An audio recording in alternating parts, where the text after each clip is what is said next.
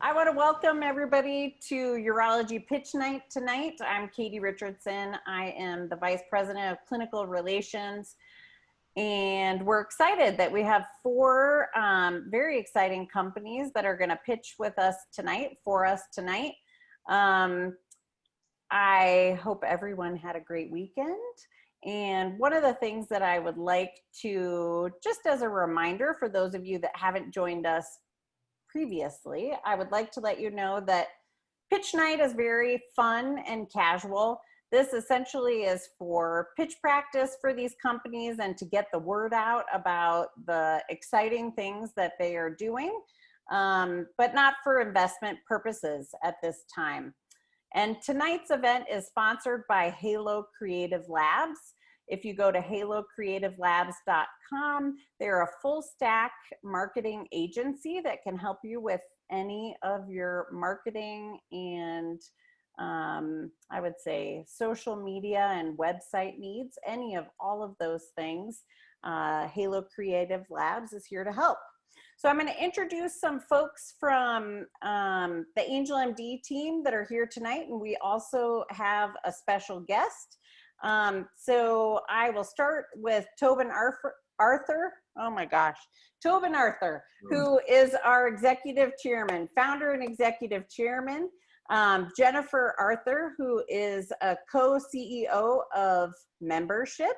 We also have Mike Raymer, who is our Chief Strategy Officer, and Mike Shemansky, who is our Director of Finance for AngelMD.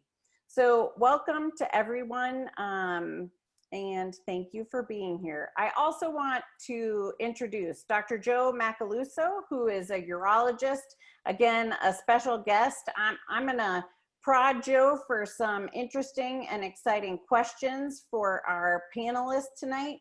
So we'll see how this goes. A couple things before we get started here tonight. I just want to mention, we would love for you to put questions in the chat function, and to practice and make sure everyone knows where that is. I think some people have already done this, but we would love to hear from all of you that are here in attendance today. Tell us your name and where you're from. I was hoping that folks who are in attendance would put this in the chat. Who's here and where are you from? Go ahead and put that in there. And then we'll get started. We're also gonna have a poll tonight, I believe, so we will throw that up there while you are putting your information in our chat. As you can tell, these polls are very serious and extremely scientific. Well, the first question is the most important one. So, Mike, why don't you tell us the answer to Well, I'm just saying Formula One, obviously. I was, okay, all right, I like that. And now So let's get started with our first company. We have Craig Serio, who introduced himself. He is the CEO of Thread Bioscience. I'm going to let Craig go ahead and put his slides up, and we will go ahead and get started with pitch number one. Hello, everyone. My name is Craig Serio. I'm the CEO of Thread Bioscience, and this evening I'd like to talk to you about UTI, urinary tract infection, and the current state of UTI testing and what the issues with it are. I'm sure everyone on the call is aware that urinary tract infection is a big problem, but a bigger problem is the state of UTI testing. It really comes down to two things.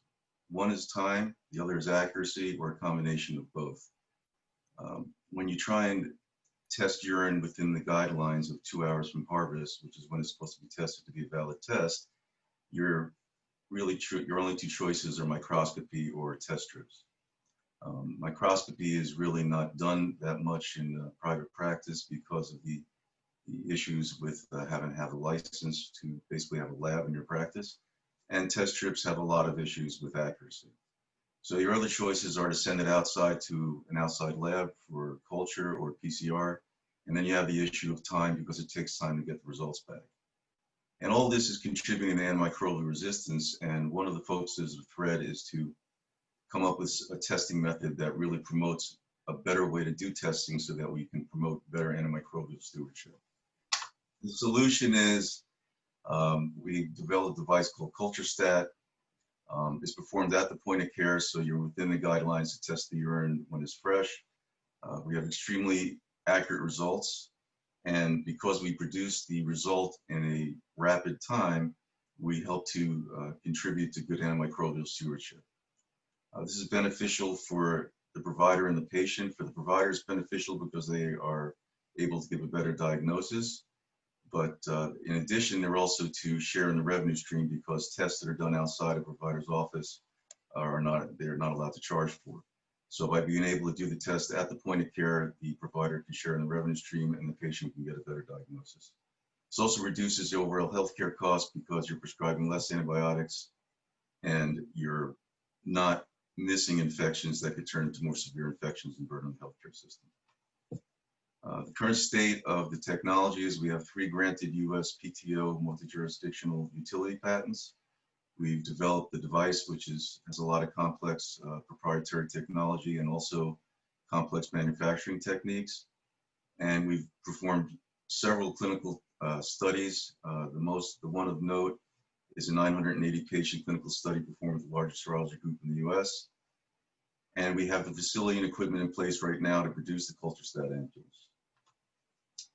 Our market strategy is to make a beachhead market selling into urologists. We're in the process right now of filing for our FDA manufacturing license for our facility and also concurrently filing for a 510K with the CLIA waiver. Prior to being granted the 510K clearance, we still have the ability to generate revenue by selling to urologists. We just can't make any performance claims. We do have a list of urologists that are interested in using the technology with the go-to-market ready device prior to clearance, with the caveat that we would not be able to make any claims about the performance. After we get our 510K clearance, we want to expand our efforts into urology, really dominate the urology market, and then also expand to other healthcare practitioners. And then from there, we want to expand our sales effort with not just an internal sales effort, but partner with distribution channel partners and get into urgent care facility, direct consumer health, such as CVS, Walgreens, and Walmart. They really have a focus on point of care testing, particularly with large scale infections like urinary tract infection, and then assisted living and hospitals and clinics. Thank you for your time, and I'll take any questions if anybody wants them. Fabulous. So again, for our attendees, if you have questions, we would love for you to put them in the chat. And it looks like Dr. Macaluso has a question for Craig. And so, Joe, I'm going to allow you to just ask your question. Craig, why don't you tell us the response from the test sites and the universities where you've deployed the device already, the test already, so we can get a feedback from the urologists there? Sure. The feedback's always been phenomenal. I mean, the people that we give to use the device in the clinical setting like the fact that we're able to provide results that are accurate and also timely, because by being able to provide the result of a negative test in 20 minutes and a positive in 40 minutes, you don't have the burden of waiting the 2 days to get something back from the lab and having to possibly improperly prescribe an antibiotic. And you're not also relying on test strip technology, which is highly inaccurate. So the labs, the hospitals, the universities, all the urologists that have used the device so far really like the not only the fundamentals of the performance of the device, but they like the peripheral benefit of not having to possibly improperly prescribe antibiotics. I think it says, when do you expect approval? Timeline-wise? Well, we're going as a class 1 device. So class 1 devices typically take anywhere from 8 to 10 months. We're filing before the end of this year, probably in the next 2 months. So, you know, we're looking at third quarter of 2021 for our 510K. So Craig, I have, I'm going to put 2 questions together, and then if we have time, we can wrap up with the additional questions at the end. But this is around cost and billing. So one question is around what is the cost comparison between a regular urine culture versus your test? And a follow-up to that is a question around, can culture stat and PCR of the urine, PCR testing of the urine be billed and reimbursed for on the same date of service? Okay, so we're positioning the test as a negative screen primarily. And we want to partner with PCR labs, actually, because one of the problems with PCR, there's two big problems with PCR. One is PCR is useless on a negative. You need to have RNA to really have PCR be any kind of valid test. And the other is that PCR right now is an LDT test. It's a lab-developed test.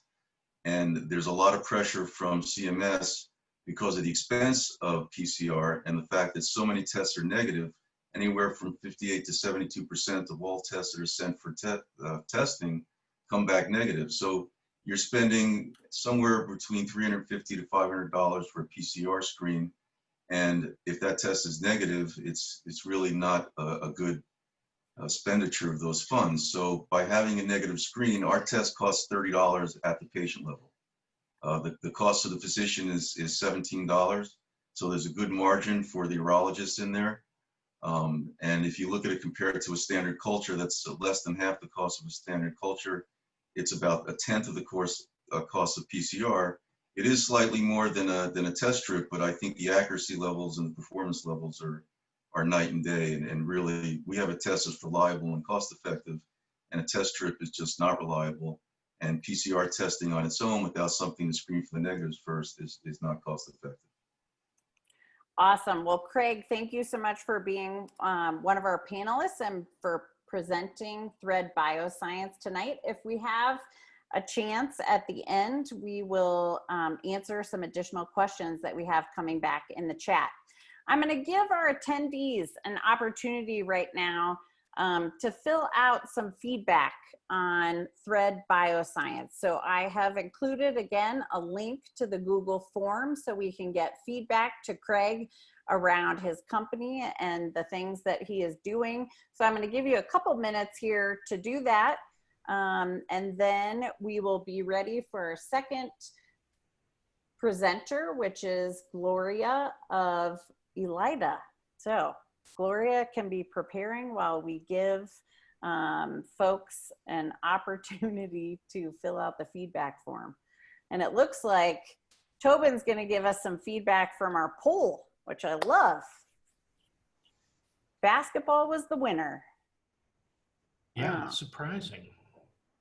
I will say too, one of the fun things about this particular event, and we do this every couple weeks, is it's a very diverse group. We get registrants from all over the country, literally all different practice types. When we have, for each focus, this week being urology, we also tend to get a pretty deep bench of urologists, which is terrific. So that feedback in particular, the same has been true when we've done it for radiology and orthopedics and so forth. So it's a very interesting group to get feedback from for the startups. We appreciate everybody being on. All right. Hopefully that gave everyone at least a moment to start on feedback. There's only a few questions. And again, the companies that are presenting tonight, I can't tell you from our previous pitch nights how valuable the feedback that our attendees receive. They are super excited to hear what our attendees have to say, and they are excited to get the feedback so they can make their companies better. So thank you for taking the opportunity to do that for us. All right, we're going to move on to company number 2. And again, we have Gloria Kolb, who is the CEO of ELIDA, and she is going to bring up her slides, and she's going to have 5 minutes to give us her pitch. I'll turn it over to you, Gloria. All right. Well, thank you very much. Good evening, everyone. My name is Gloria Kolb. I'm the CEO and co-founder of ELIDA. We are the maker of Elatone, and we are in the incontinence area. So as you know, 1 in 3 women has incontinence, which is a very large market, yet we found a large gap between the occasional leaks where women should be doing their Kegel exercises, and the severe cases where they actually get surgical intervention. So when they do their Kegel exercises, a quarter of women do them incorrectly, and quite a lot of the rest just do them insufficiently. So there's, you know, they wait, and as they wait, the leaks get worse, and typically their stress incontinence gets worse and worse. But in this mild to moderate area, in this continuum of care, there is really a dearth of treatment. They are often sent to pelvic floor physical therapists, and there's a few vaginal devices where they could either get biofeedback or get vaginal electrical stimulation. So we are in this area, and it is a 25 million women in this mild to moderate incontinence, $10 billion. We are the first FDA cleared device to non-invasively treat stress incontinence. And then when I mean non-invasively, I really do mean non-vaginally. So the women simply put on a electrode. It's a disposable electrode that is very flat. It's about as thin as a dime. They put it over the perineal area. It hooks up to a small stimulator, which then sends electrical current to contract that muscle, the pelvic floor muscles. And it sends contraction, relaxation. Actually, it sends both the stress and the urge incontinence signals 100 times over a 20-minute treatment. We recommend they do it 4 to 5 times a week, and after 6 weeks, they really see a great reduction, and they could start to reduce its use. We also have a mobile app that they could get visual feedback. Now, in a study that we've done many studies, but in this one study that was published, 95% of the women improved. The average improvement was 71%, and this is after a short 6-week treatment. Now, the average length of time that women were incontinent before this was 11 years. They all said it was comfortable and saw 85% pad reduction. We sell the device for $399, and that is an 85% profit margin. There are also that recurring revenue stream of gel pads that they need to replace. They can reuse each gel pad about 3 times before it loses its stickiness and conductivity, in which case then they need a new one. We sell packs of 5 for $28, and we are selling them direct to consumers. These women, 2/3 of them don't talk to their doctor, and they just find it so embarrassing. And we've been selling it online through our website, but also we are starting through cvs.com in a very few weeks. So we've been very excited about this platform. We are reaching women where they are, and most of our go-to-market is marketing digitally, not only to the consumers, but we are marketing digitally to the doctors as well. We want them to recommend the product and the treatments before they get to the late stages. Now, the team is very experienced. All of us have more than 20 years experience in this field. Myself and my co-founder, we have started from Johnson & Johnson. My prior startup was also in urology, and we have been able to do things very efficiently and quickly. So we have only raised $1.8 million. Almost all of that have been grant funded through the National Science Foundation, NIH, and the DoD. We have 9 patents, 3 of them are granted, 4 trademarks. We have ISO 13485 certification, which means we could get our CE mark and go worldwide. We have Medicare insurance and about half of the private players for private insurance. I think that was about it. So I think that's all I have, and I'm welcome to answer any questions. Great. Thank you so much, Gloria. And thank you so much for being here and sharing with us about Elitone. So we have a couple of questions to start with. How does this compare to standard sacral TENS?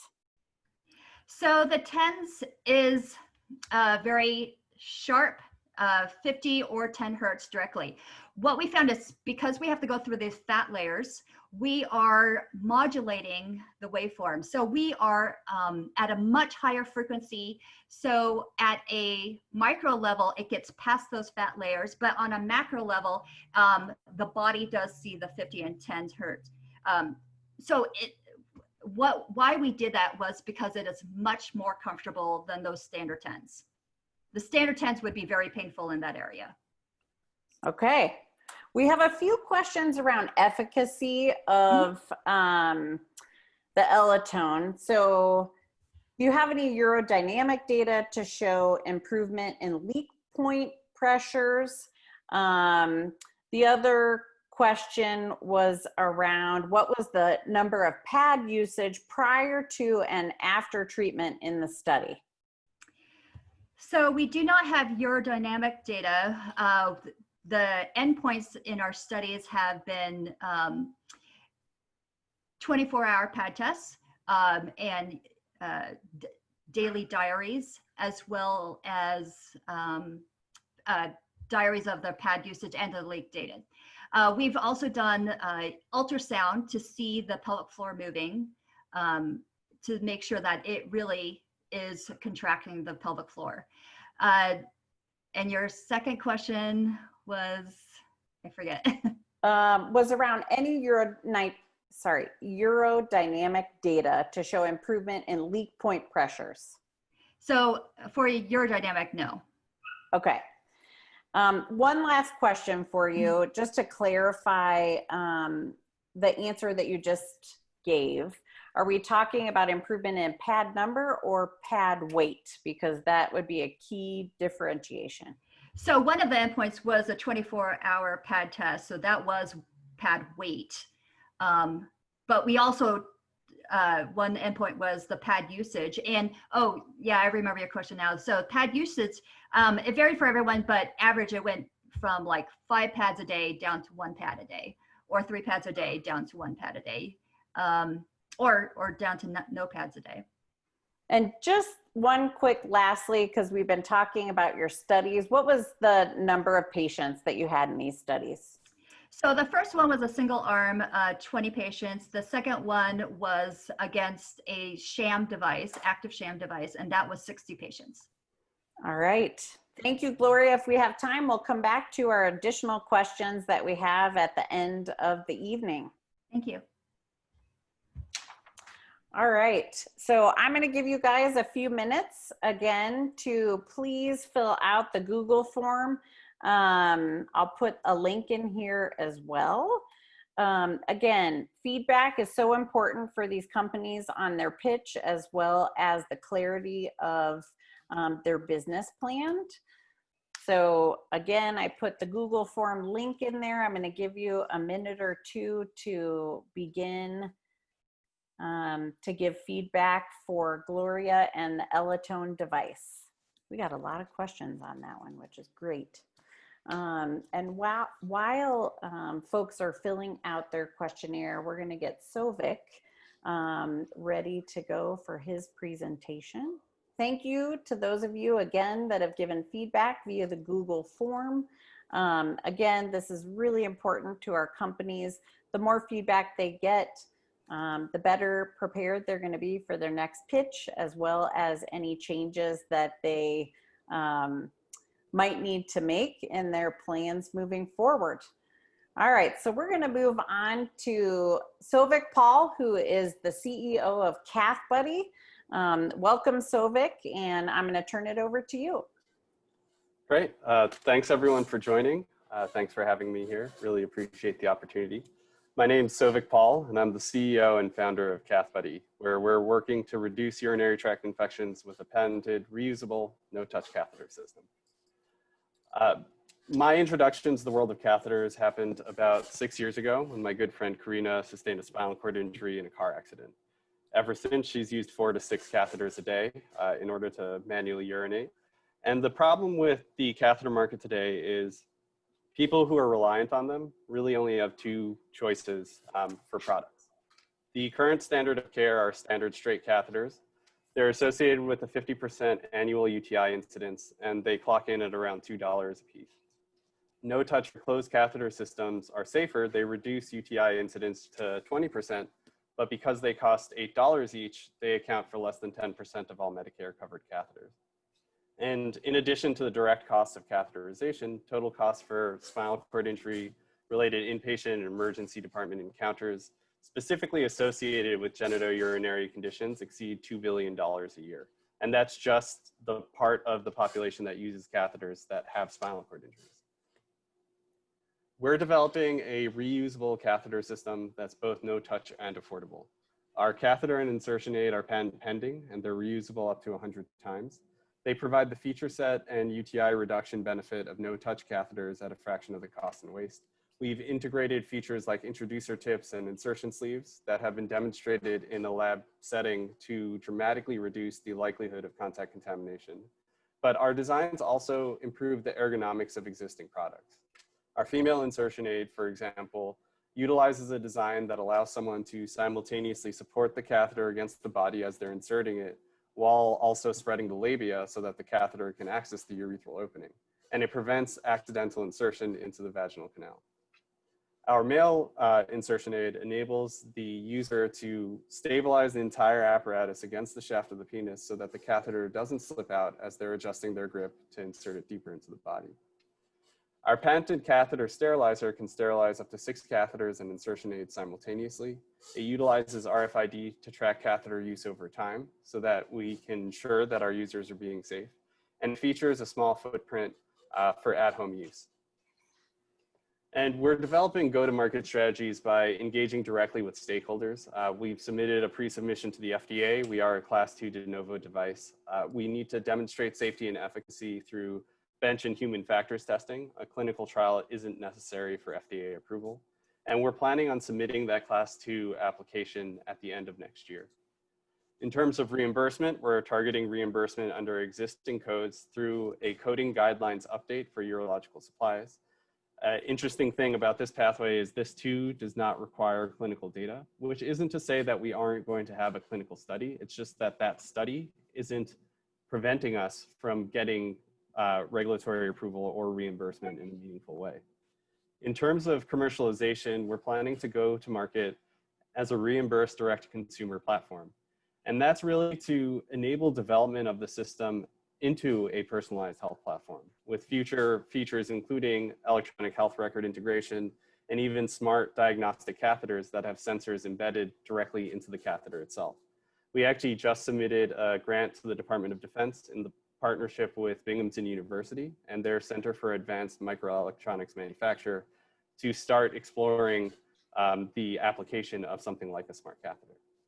And when we do get to market, our annual revenue per Medicare user will be around $4,560 per year. There are around 1.1 million Americans with neurogenic bladder. That's our beachhead market because of how this population tends to use catheters.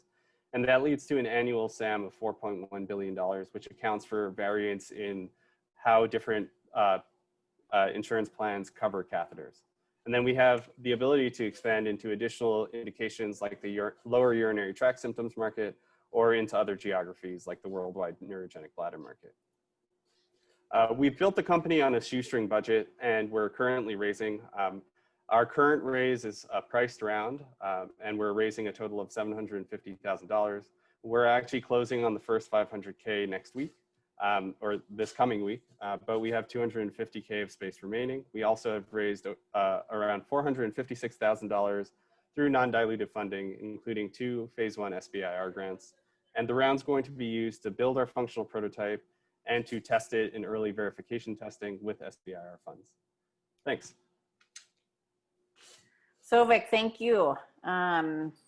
Super exciting, I think, for folks clearly that suffer from neurogenic bladder and other reasons for needing to do regular self-catheterization.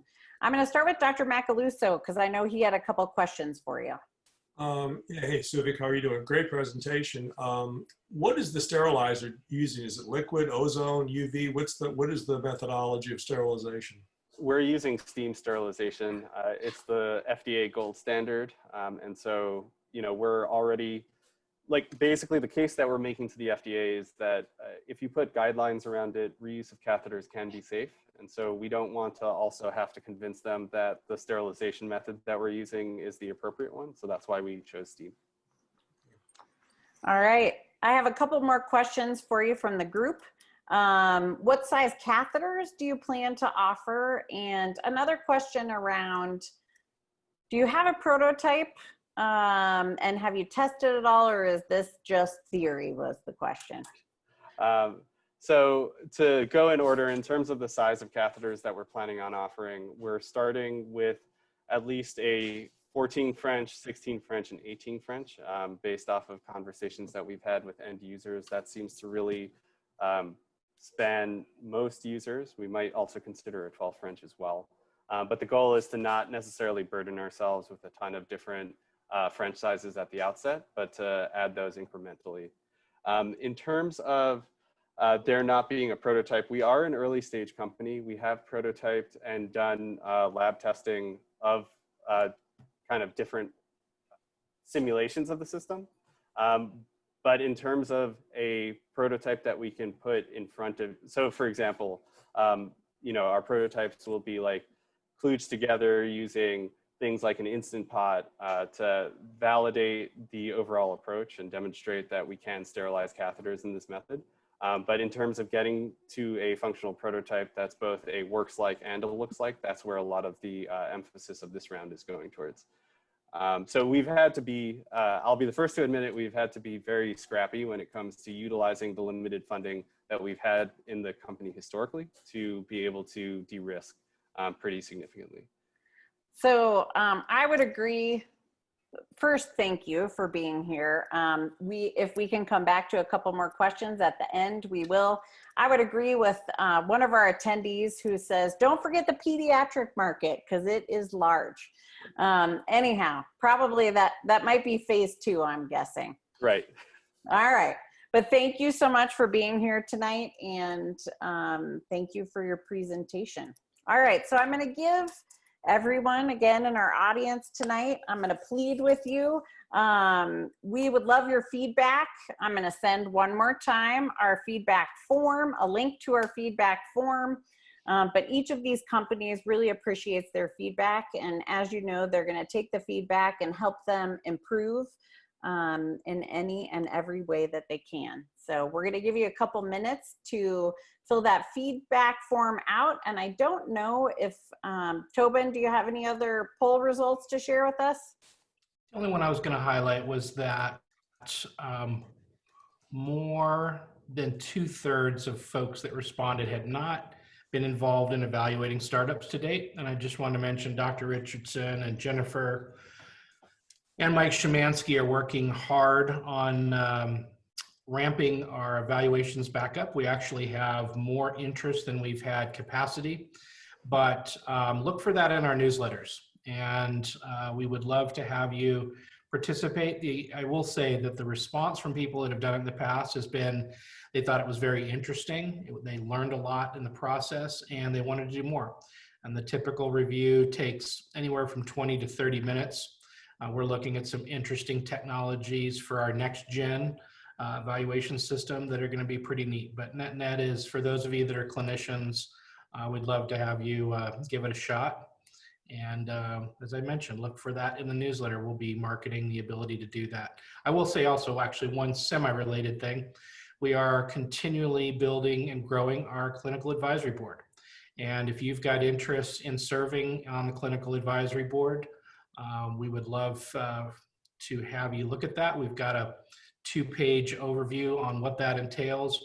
One of the things that we're particularly good at is managing physicians' time. We have worked, all of us who are not physicians, have worked with physicians for a long time. And so the clinical advisory board has very minimal time commitment. People can get involved more if they have more interest.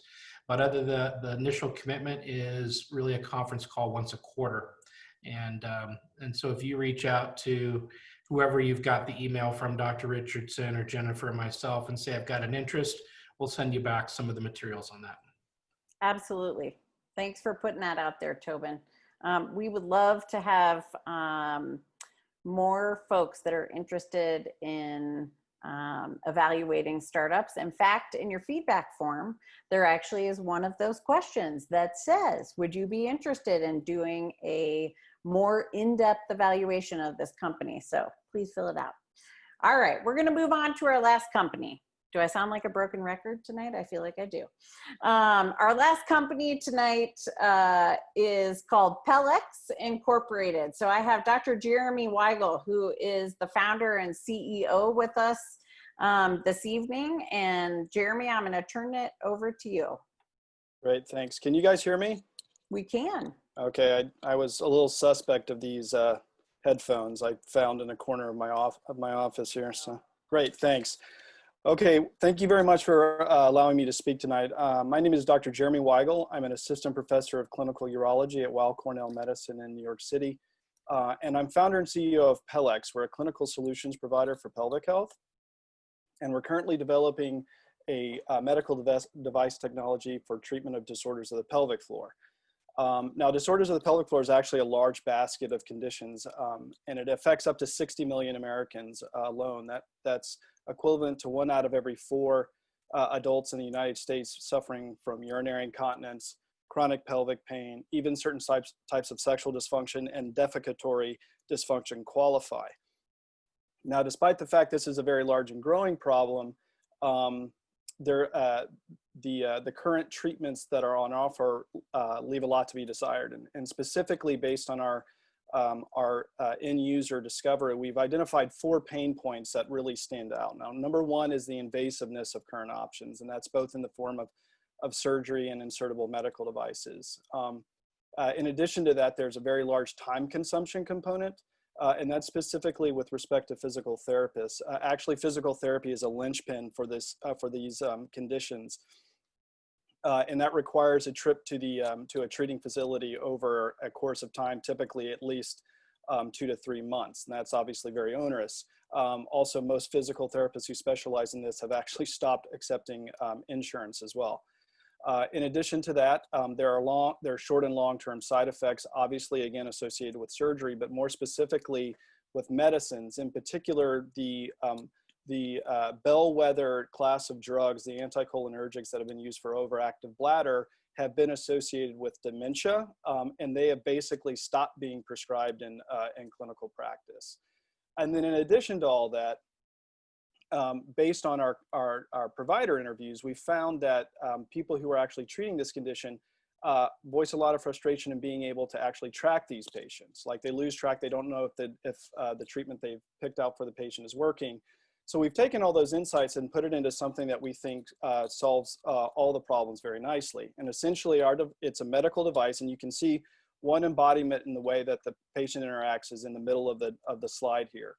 And it's non-invasive, it's at home, it's actually intuitive to use, meaning easy to use. It has a data tracking component associated with it, and it's multimodal, and that's probably the most important thing, meaning it has 2 different types of treatments. And you can break it down into 2, an active component and a passive component. Now, the active component is that EMG-based biofeedback pelvic floor muscle training module, and that's essentially the physical therapy we were talking about, but it's done at home. And then the other component is a neuromodulation component, and this is actually targeting a novel pelvic nerve. And these 2 treatments together allow us to be potentially the treatment of choice for up to 90% of all pelvic floor disorders. So you take all those facets together, and we think this locates us very nicely within what is admittedly a crowded competitive space.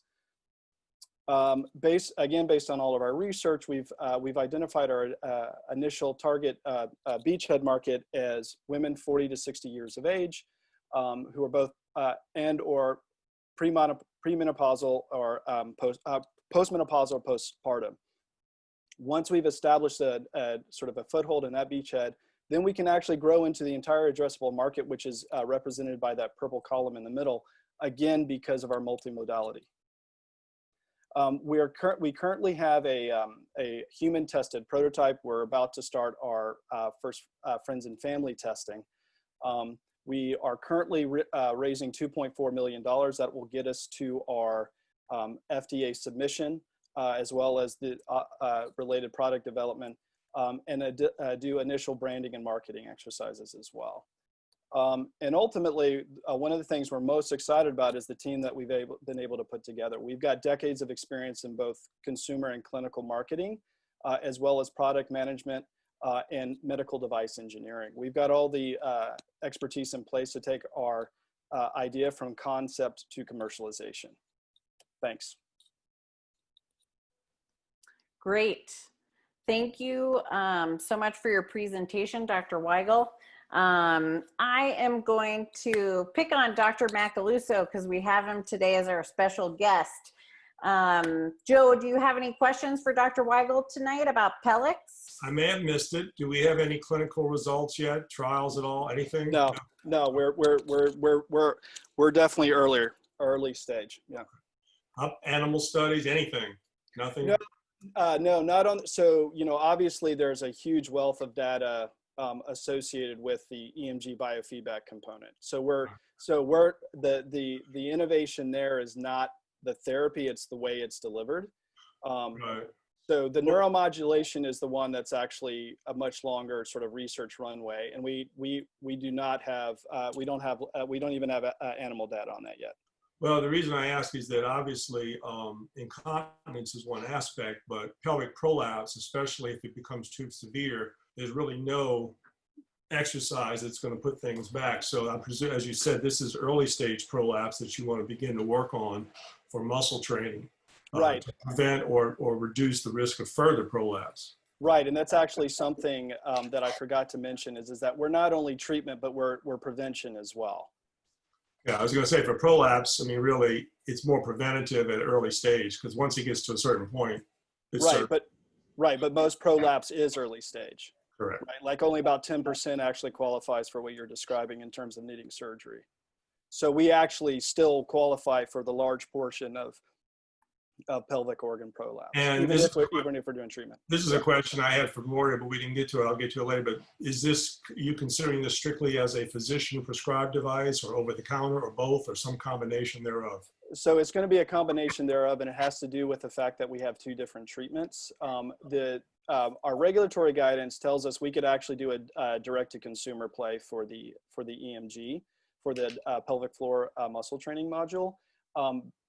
Without getting too much into the weeds in terms of our market research, we have found that's not the way to get traction in this market. Again, because there's a pretty poor signal to noise ratio right now. So we really need to clarify our value proposition, and going direct to consumer based on what we're seeing is not really the way to do it. As far as the neuromodulation component is concerned, that's essentially going to be a class 2. It's going to require we're going to have to talk CMS into giving us a CPT code, and that will be a prescription.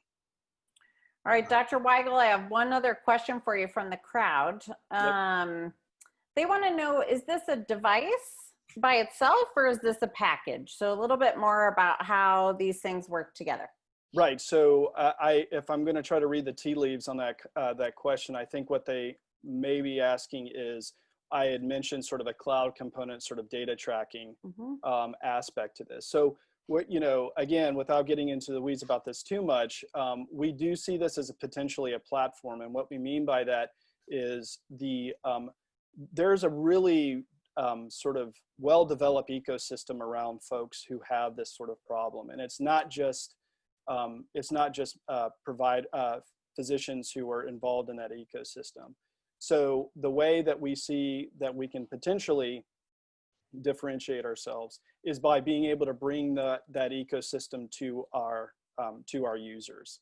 And that's kind of like as much as I feel like that it's okay to say right now. Sure. In a short amount of time, especially. Yep. All right. So that's the way we're looking at it. Thank you, Dr. Weigle, for your presentation. Super exciting to hear about Pelex. I think there's a lot of exciting things happening in the field of urology right now. At this point, yeah, I'm going to turn it over to Dr. Macaluso. I know he has a few comments for the whole group tonight, and then hopefully we will be able to come back and ask one additional question for each of our presenters. So Dr. Macaluso, I'll let you take over for a few minutes. This is my pitch. Yes, exactly. I just want to welcome everybody and tell you a little bit about AngelMD. I've been involved really since almost the beginning, since 2013.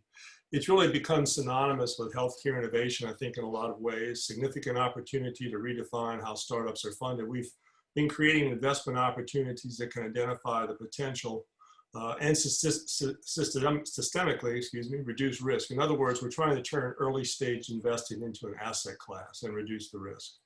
One of the great advantages of AngelMD is the physician membership. We have physicians who've invested in the parent company, AngelMD itself, and that's opened doors for the company that we would never have had before. If you're not already registered, I'd urge you to join the other some 15,000 urologists, physicians, and health-focused investors so you can access the information we have on some approximately 1,000 registered healthcare startups like the 4 you saw tonight. And if you want to learn more about the 4 tonight, please go to their bio on AngelMD or to their website. Participation in events like tonight are just one of the ways that the parent company can personally add value to your investment. How many times can you ever, as an investor, personally enhance your investment through active participation? Not that often. There is also, at this time, an opportunity for individuals to invest in the company's A1 round, which has been going very well. You can use self-directed IRA or 401k funds if you wish, if that's of interest. There will be a link posted after this with an overview of materials, and I encourage you to check it out if it's of interest and get a hold of the company if you want to take advantage of that before the window closes. And I want to personally thank, I know some of these founders personally, the other 2 I don't, but Craig and Gloria I've known both for a long time, and thank them all for being with us tonight. Great. Thank you, Dr. Macaluso, for being here. I think your questions have been wonderful, so I appreciate it. We're going to go with one last question for each of our companies, and I'm going to start with Craig. There was a question we didn't get to, which was around the specificity and sensitivity of your test, as well as the ability for it, and I asked this question of you when we had our initial phone call, but the ability of your test to speciate as well as test antibiotic sensitivity. Okay, so currently the CultureStat device that we're going to bring to market is, as I said, we're going to position it as a negative screen, but we do have a device in the pipeline following the introduction of the original CultureStat to do antibiotic sensitivity testing. And the principles of how it would work is basically the reverse of how CultureStat works. CultureStat uses cell growth. We measure 2 parameters, mass and respiration, and we're able to identify using spectrophotometry the logarithmic growth of cellular growth and indicated bacterial infection by measuring those two data points. In the antibiotic sensitivity test, it's going to be a carousel that will be pre-filled. The ampules will be pre-filled with antibiotics, and you'll basically look at the curve down and determine by the amount of time that it takes to kill the infection, which is the best antibiotic to use. Now, as far as speciation, we are not, our technology doesn't provide anything for speciation. Again, we want to be a negative screen so that if you want to send it out for PCR to get speciation or get more in depth on the results, with the current CultureStat, you can do that and not have to worry that you're sending a test out that will be negative and spending all the expense for PCR and negative test. For antibiotic sensitivity, the next device iteration will have that. And in talking to hundreds and thousands of urologists, we always get the same 2 questions that want to be answered. One is, A, I want to know, is there an infection there? And B, what's the best thing to kill it? There are times when you do want to know the species, but predominantly the majority of the time, you just want to know, A, is there an infection there? And B, what's the best thing to kill it? With the current culture device that we're bringing to market, we'll be able to answer the first question. And with the next device, which will come out probably within 2 years after the introduction of CultureStat, we'll be able to answer the second question.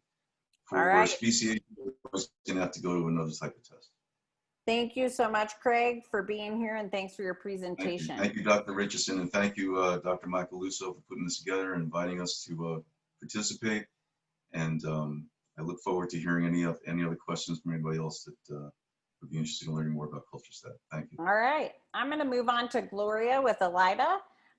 We had some questions about, again, how is this going to be distributed? So is this an over-the-counter device, or will a prescription be required? Also, again, similarly, is the target market direct to consumer, direct to patients, or through GYNs and Urogyn folks? And then someone brought up the question around, have you considered Amazon as one of your distribution channels if you're going direct to consumer? So that was probably a 3-in-1, but I'll let you go ahead and answer that. So we have both over-the-counter approval as well as prescription approval. So because we're trying to lower the bar for women to get treated, they wait so long.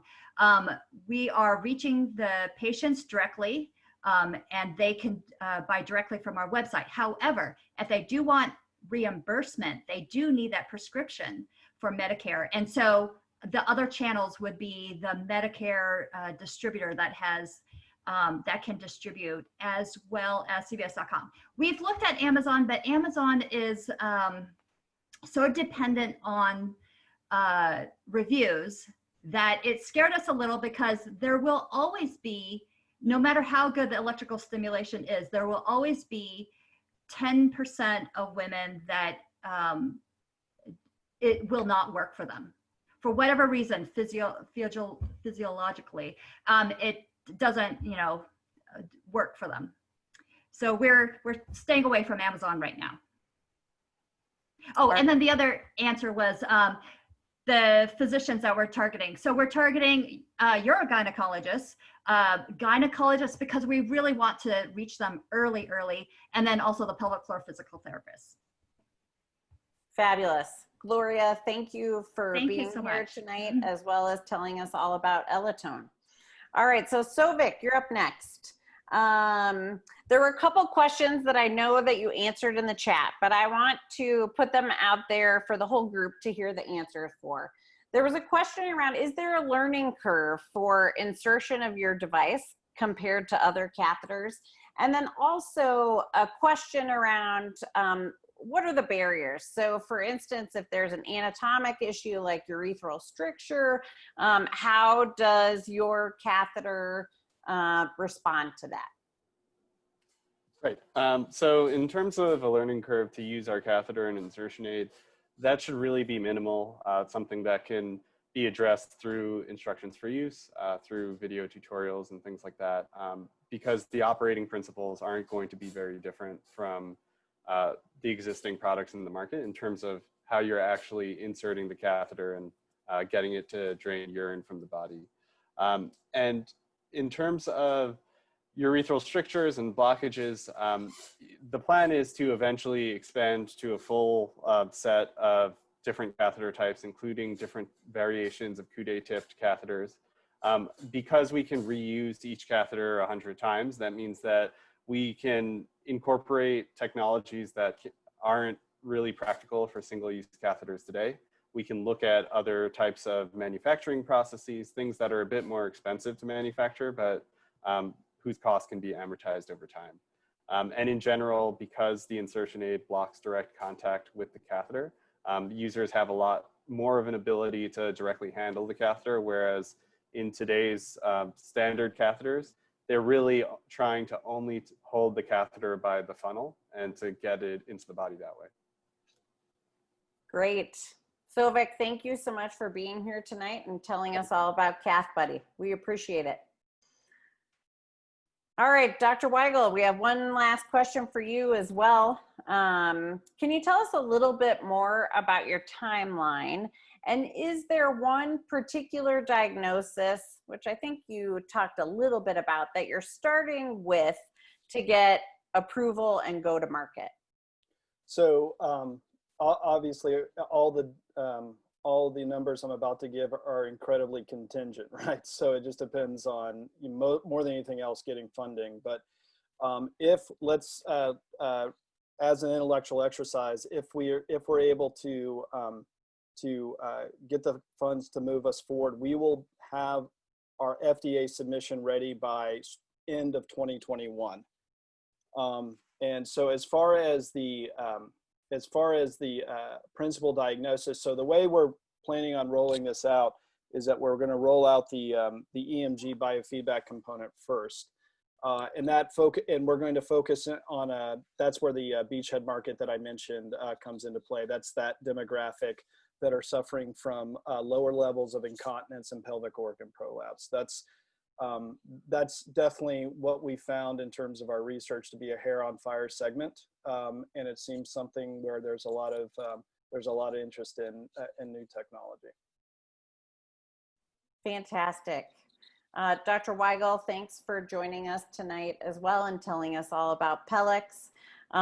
Everyone did a fantastic job tonight, and I want to thank all of our attendees for being here. Again, I'm going to give one last request. Please fill out the feedback form for each of these companies. They really appreciate everything, all the comments that you have to give to them. And we hope you will join us in another 2 weeks where we're going to have another pitch night. We are going to be focusing on dentistry for those of you that are work with other parts of the body that may be outside of your area of expertise, but we'd still love for you to join, and we should have some really exciting companies. So again, I think there were several things here.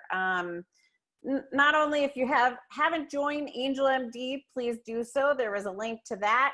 If you would like to be a clinical advisor or part of our clinical advisory board, we would love to have you. Please let us know. And I think that might be it, except for fill out your feedback form. No. All right. We'll see you in 2 weeks. Thanks. We're signing off from AngelMD, and everybody have a great night.